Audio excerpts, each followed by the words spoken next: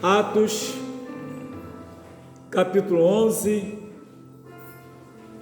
a partir do versículo 1, a palavra de Deus, qual vamos ler. Atos 11. Quero pedir perdão aos irmãos. Atos 11, verso 19, tá? Atos, capítulo 11, versículo 19. Aleluia. E os que foram dispersos pela perseguição que sucedeu por causa de Estevão, caminhavam até a Fenícia, Chipre e Antioquia, não anunciando a ninguém a palavra, senão somente aos judeus. E havia entre eles alguns homens cíprios e cirenses, os quais, entrando em Antioquia, falaram aos gregos, anunciando o Senhor Jesus Cristo. Vamos ler agora o verso 26. E sucedeu que todo um ano se reuniram naquela igreja, ensinaram muita gente, e em Antioquia foram os discípulos pela primeira vez chamados cristãos. Pai celestial, graças te damos pelo teu amor, pela tua graça, pelo teu grande poder, ó Senhor, ser servido a continuar falando conosco em nome de Jesus Cristo. Amém e amém.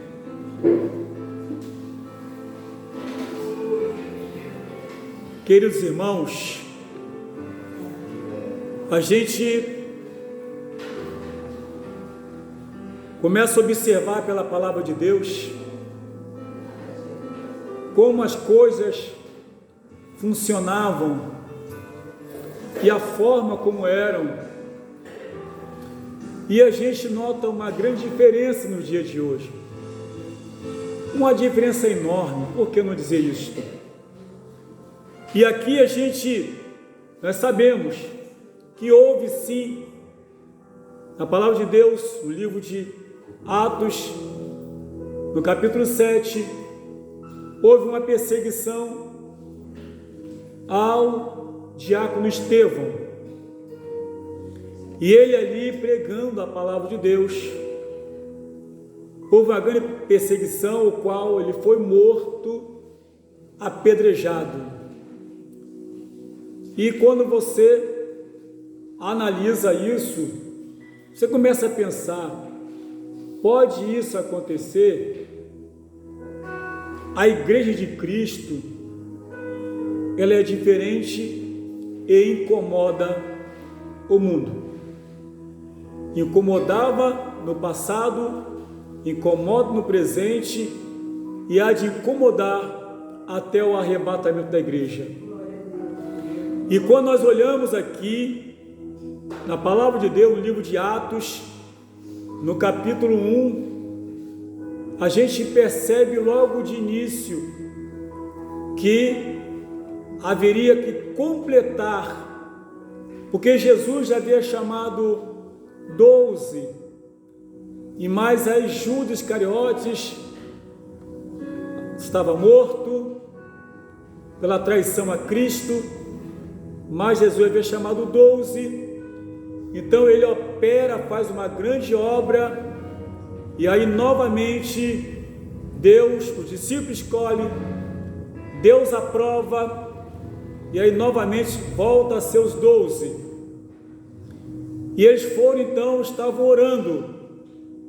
No capítulo 2, houve então o batismo no Espírito Santo, que chama-se revestimento de poder, porque já conheciam a palavra, porque Jesus havia os ensinado, bem discipulados, mas precisavam de mais ousadia, precisavam ser revestidos de poder, porque lutas e provas terríveis viriam sobre eles. e Jesus havia sido assunto ao céu, não estava mais perto deles, e precisavam desse revestimento de poder. Então, ali no capítulo 2, depois de tudo que aconteceu, revestimento de poder, Pedro começa a pregar a palavra, e quase 3.000 almas foram batizados nas águas, e eles viviam ali em comunhão, no partir do pão, e concordavam, na verdade, em espiritualidade, em verdade, porque viviam a palavra de Deus. Baseado depois disso, a Bíblia diz, em Atos 2, 46 e 47, que a cada dia o Senhor ia acrescentando as pessoas que iam se convertendo. A igreja foi crescendo. Quando chega no capítulo 3, do verso 1 em diante, Pedro e João estavam indo ao templo chamado Formosa, estava ali um homem colocado na porta há 40 anos, estava enfermo, coxo, e pedindo esmola. Então, aguardando receber alguma coisa, Pedro e João ali, e entrando no templo, Pedro disse: olhe para nós, não temos ouro nem prata, mas o que tenho eu te dou, em nome de Jesus, levanta e anda. Aquele homem então ficou curado, aleluia, daquela enfermidade, para a glória do nome de Jesus de Nazaré. Chega então no capítulo 4, na palavra de Deus, estavam pregando no templo a palavra, quase 4.000 almas se converteram. Está lá Atos capítulo 4, versículo 4, quase 5.000 almas se converteram a Cristo naquela pregação. Então se levantaram contra eles para poder impedir que pregassem a palavra, aleluia. Mas a Bíblia nos fala, na palavra de Deus, ainda no livro de Atos capítulo 4, 18, 19 e 20, principalmente 19, que diz: julgai vocês mesmos, porque estavam sendo proibidos de pregar a palavra. Irmãos, eles disseram: julgai vocês mesmos, se é lícito obedecer mais a Deus ou a vocês. Ou seja, verso 20 que diz: não podemos deixar de falar do que temos visto e ouvido. A igreja não para e não pode parar. Não adianta alguém se levantar contra a igreja do Senhor. Mas chega no capítulo 5, estavam todos reunidos ali, os irmãos, preocupados com as pessoas que estavam passando necessidade.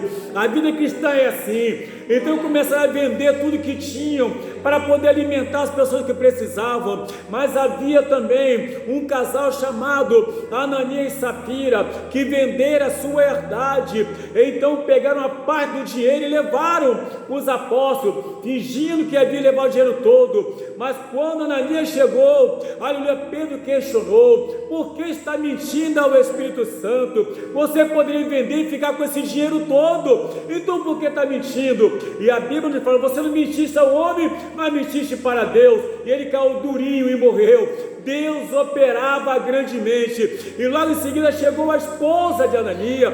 Foi mesmo que aconteceu, vender a sua herança por aquele valor? Foi sim. Ela concordando, está aí os pés que levaram o corpo do teu marido, e vai levar o seu também, morreu também. Irmãos amados, a igreja continuou marchando, fazendo algo tremendo, porque não se pode mentir para Deus. Porque na verdade, muitas vezes nós mentimos para uma pessoa, é tudo bem, mas mentir para Deus é risco de morte. Aleluia! E chega, a igreja vai crescendo, e vai crescendo, e vai crescendo, e quando chega no capítulo 6 da palavra do Senhor, o povo estava crescendo demais. Então começaram então os gregos a reclamarem: olha, as nossas esposas não estão sendo bem tratadas não, aleluia. E aí que falou Pedro e João? Olha, fala o seguinte: escolha 7 homens de boa reputação para serem diáconos, para cuidar dessa aí, porque nós vamos ficar na pregação da palavra e na oração. Oh, aleluia! Então você vê a coisa como acontece, irmão. A Bíblia é que fala tudo isso. No capítulo 7, veio então a perseguição a Estevão. Estevão morre apedrejado, mas a obra não parou. Por que eu tenho que parar? Essa obra chegou até aqui. Essa obra me alcançou. Essa obra te alcançou. Eu não sei por que as pessoas têm tanto medo, tanta preocupação com ameaças. Irmão, o inimigo só faz ameaçar, mas ele não tem poder para parar a igreja. Foi o que Jesus falou em Mateus 16, 18, que as portas do inferno não prevalecerão contra a igreja dele. A igreja não é do homem, a igreja é do Senhor. Não vai parar, não pode parar, não tem que parar, não tem que ter medo, de forma nenhuma. Aleluia. Mas quando chega no capítulo 8, depois da perseguição de Estevão, sabe o que aconteceu? O povo ficou disperso, só ficou os discípulos de Jerusalém. Mas as pessoas que se converteram fugiram de ali, foram embora, mas foram pregando aonde passavam, foram pregando. Filipe, por exemplo, aleluia, desceu para Samaria, e ali na pregação da palavra, pessoas se convertiam, pessoas eram curadas, aleluia, pessoas eram libertas, pessoas recebiam algo de Deus, algo novo de Deus, para a glória do nome de Jesus de Nazaré. Filipe ali, pregando, falando, fazendo a obra, e de repente Deus fala: agora fala o seguinte, saia daí, vai para a estrada de Jerusalém, que desce para Gaza. Ele foi até lá, aleluia, e a Bíblia nos fala que ali estava passando o eunuco, o superintendente, aleluia, das riquezas da rainha de Candace africana. E ele passando por ali, e de repente vai passando aquele eunuco, o homem que andava distribuindo ouro, prata, onde passava. Isso fazia parte da cultura africana. E aí chega quem? Filipe, aleluia, e aquele carro ia passando. Aí Filipe, quando vê aquilo, aí o Senhor fala: se aproxime. Ele se aproximou, ele viu que o eunuco que tinha vindo de Jerusalém estava adorando, estava ali em Isaías 53 na nossa Bíblia hoje, que foi levado como ovelha para o matadouro. Aí Filipe fala assim: vem cá, entendes o que lê? O eunuco vai responder: como eu posso saber se ninguém me ensinar? E através dessa pergunta, Filipe falou da palavra, e o eunuco disse: o que falta para eu ser batizado? Olha a água aí, olha a água aí. Filipe então batizou aquele eunuco, e ele foi correndo de alegria, feliz, que havia passado pelas águas. Deus então, a Bíblia diz que o Espírito Santo arrebatou Filipe lá para outro lugar. A igreja não pode parar. Glória a Deus. Mas depois de tudo isso, no capítulo 9, a Bíblia nos fala a conversão de Saulo. Ele saiu perseguindo os cristãos na época. Na estrada de Damasco, teve um encontro fulminante com o Senhor. O encontro tremendo de Saulo é aquele que estava lá no capítulo 7, quando jogaram a roupa de Estevão aos pés dele, quando foi apedrejado. Ele perseguia os cristãos, porque na verdade ele não conhecia Cristo. Só persegue o cristão quem não conhece a Cristo. Só quem não conhece Cristo persegue o cristão. Prestemos atenção nisso, porque Paulo perseguia porque estava cego espiritualmente. Embora conhecesse a lei, embora fizesse parte do sinédrio, justiça religiosa, mas ele estava cego espiritualmente. Ele conhecia somente a letra, mas a letra sem o Espírito ela é morta, não funciona, precisa ser pelo Espírito Santo. E ali então, Deus olhando aquele homem, embora perverso, aleluia, aos olhos de muita gente, mas era uma joia preciosa nas mãos de Deus. Um homem que faria a diferença, aleluia. Ele teve um encontro com o Senhor, um encontro fulminante, ficou cego, caiu do cavalo, aleluia. E a Bíblia nos fala que ele estava lá na rua direita, no quarto, 3 dias, noite, sem comer, em oração, em jejum. Aí Deus fala para Ananias: Ananias, vai até a rua direita, porque lá, chega lá e coloca as mãos sobre Saulo, ele volta a enxergar. Ananias diz: aí não, Senhor, esse homem tem perseguido muita gente. Vai, porque este é para mim um vaso escolhido. Glória a Deus. Tem muita gente ruim no mundo aos nossos olhos, mas é um vaso escolhido para Deus. Não subestime o poder de Deus. Tem muita gente jogada no mundo, tem muitas pessoas bebendo, tem muitas pessoas usando drogas, tem muitos traficantes, tem muita gente por aí que, se dependesse da gente humanamente, nós mandaríamos fuzilar. Se dependesse, irmãos, da visão carnal, a gente mandaria fuzilar. Por isso que eu nunca fui a favor e não digo, nunca falei nem falo. E quando alguém fala, eu repudio em nome de Jesus. Que bandido bom e bandido morto. Só Deus quem conhece. Só Ele é quem sabe. Quando alguém fala isso é porque não tem conhecimento de Deus. Quem tem conhecimento de Deus não fala isso. Pois Paulo se converteu, foi um grande homem de Deus.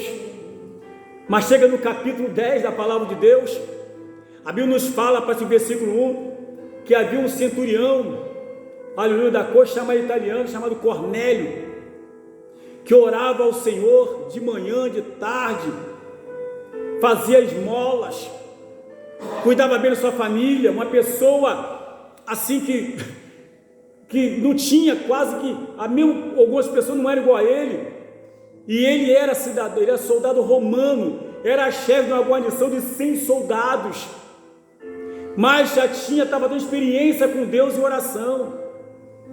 Deus então envia o anjo e fala: Cornélio, as tuas orações, as tuas esmolas têm chegado diante de Deus, e Ele manda te dizer para você ir lá, mandar chamar Pedro, que está na casa de Simão, o curtidor à beira-mar, que ele vai te dizer o que você deve fazer. Aleluia! Imediatamente Cornélio chamou soldados piedosos e alguns dos seus funcionários e mandou chamar Pedro. Deus já havia mostrado para Pedro que alguém ia chegar procurando ele. E quando Pedro, aleluia, recebe a informação, o recado que ele faz, ele vem acompanhando o pessoal. E quando chegou lá, começou a falar acerca do Senhor Jesus Cristo.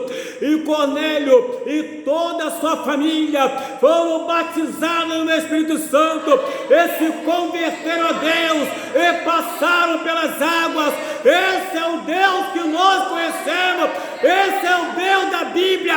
Esse é o Deus que não faz acepção de pessoas. É o Deus que tem um olhar de misericórdia. Enfim, chegamos no capítulo 11. Demorou, mas chegou, né? Meus irmãos, como lemos aqui a palavra de Deus, que aconteceu, que esse pessoal aqui, ó,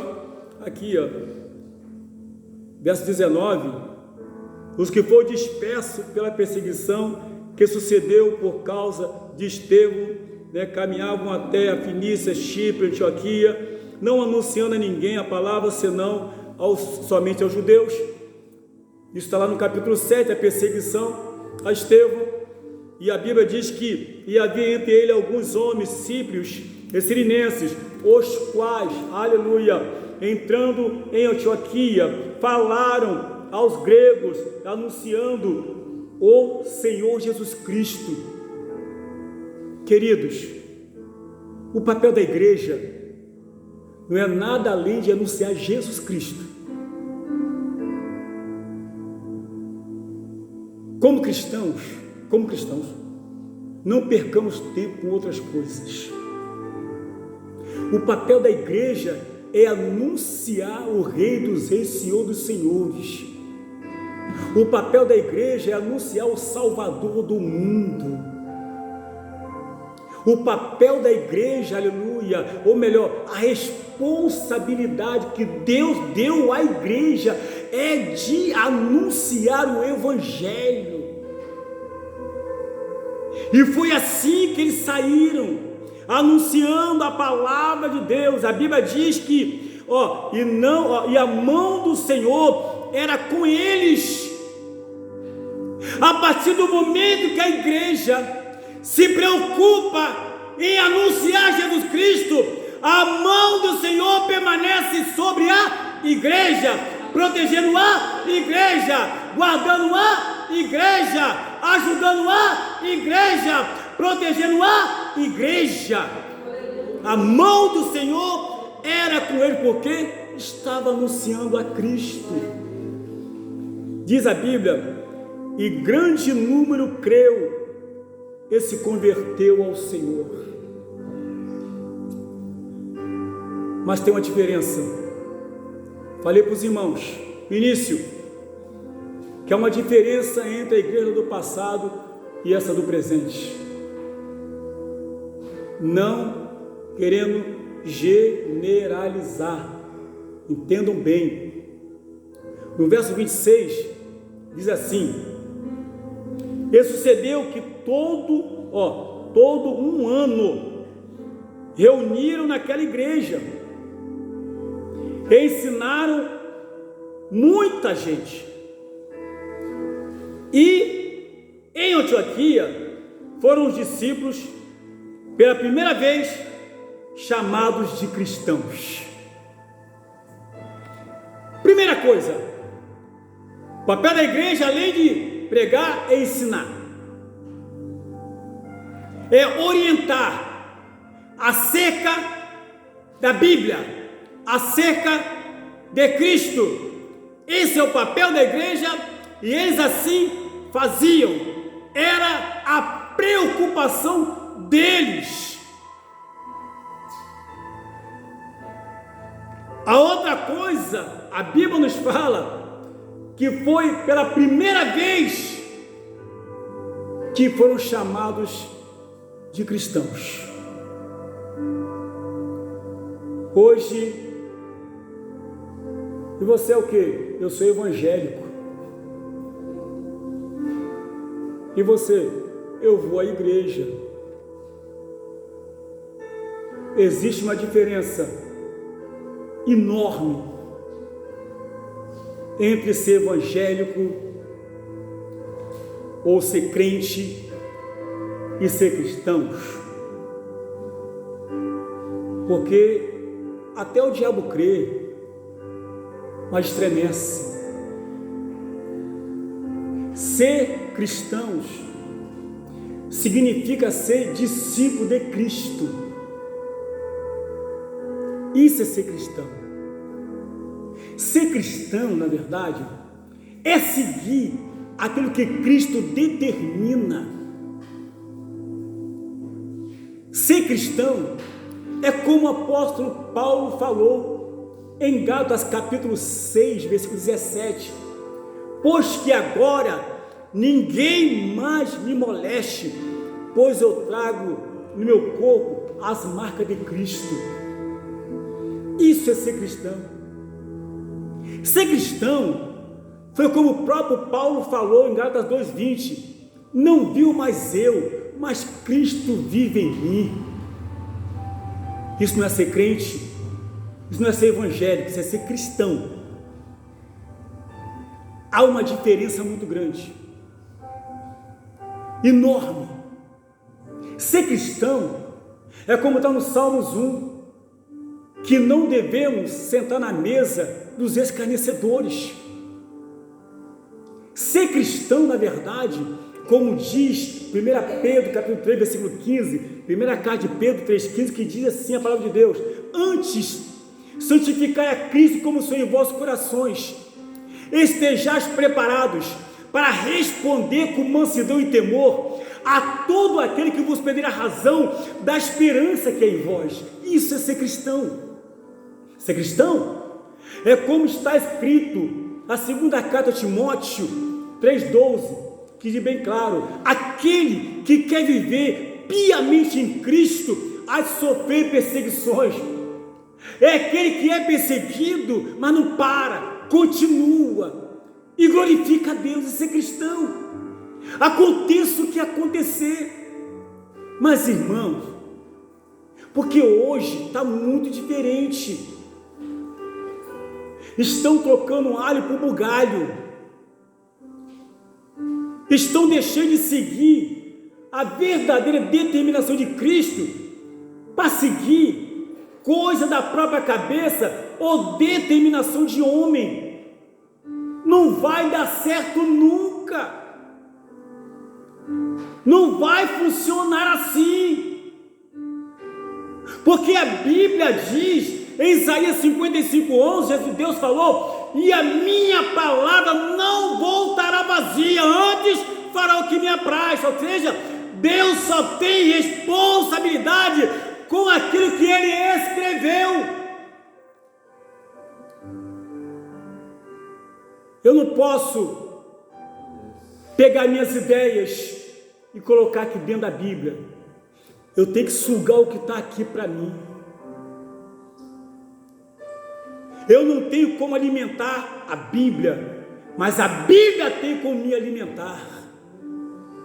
A Bíblia tem como me fortalecer. A Bíblia tem como me fazer me tornar um cristão verdadeiro, porque é a palavra que vai trabalhar no meu coração. É a Bíblia que vai trabalhar no meu interior, é o que diz a Bíblia Sagrada. Carta aos Hebreus 4:12. E a palavra de Deus é viva e eficaz, mais penetrante do que qualquer espada de dois gumes, que penetra até a divisão da alma e do espírito, das juntas e medulas e ápices de pensamentos e intenções do coração do homem. É ela que trabalha dentro de nós. Homem não tem poder para trabalhar na vida de ninguém. Glória! Se não for a palavra, através da ação do Espírito Santo, ninguém consegue fazer nada. Tem pessoas que estão sofrendo porque confiam em homem. Tem que confiar nele. Confiar no Senhor, que é o provedor de todas as coisas. Confiemos nele, busquemos nele. Aquilo que nós precisamos, necessitamos. E principalmente quando se trata da questão da salvação da nossa alma. Pela primeira vez foram chamados de cristãos. Sabe por quê? Embora no capítulo 1 começasse o movimento, no capítulo 2 batido no Espírito Santo, embora o milagre do capítulo 3 do coxo, ainda que no capítulo 4 quase 5 mil homens se converteram e peitaram os fariseus. No capítulo 5, um grande poder de Deus que destruiu 2 pessoas que mentiam para Deus. O capítulo 6, embora a igreja tenha crescido bastante a ponto de formar o corpo diaconal. No capítulo 7, mesmo com a perseguição de Estevão. No capítulo 8, mesmo, aleluia, Filipe descendo a Samaria, almas se convertendo, pessoas sendo libertas, ainda eunuco se convertendo, sendo passar pelas águas. No capítulo 9, ainda que Paulo se convertendo. No 10, Estevão se convertendo, mas acontece que faltava um selo. Faltava o selo de cristão. Faltava o selo de cristão. Tem muitos que tem selo de evangélico. De evangelho tem selo. Tem muito em selo de crente. Mas o selo principal é o selo de cristão. E sabe por que receberam isso? Porque aonde passavam ia o testemunho do poder de Deus. Aonde passavam não envergonhava o evangelho. Aonde passava fazia diferença. Aonde passava Deus operava. Onde passava, Deus curava. Onde passava, não se convertia, eles perceberam: epa, esses aí realmente são discípulos de Jesus. Esses realmente são cristãos, não só de carteirinha, mas cristãos assíduos, aleluia, glorificando, exaltando o nome do Senhor Jesus Cristo, que vive e reina para todos sempre. Glórias a Deus, aleluia.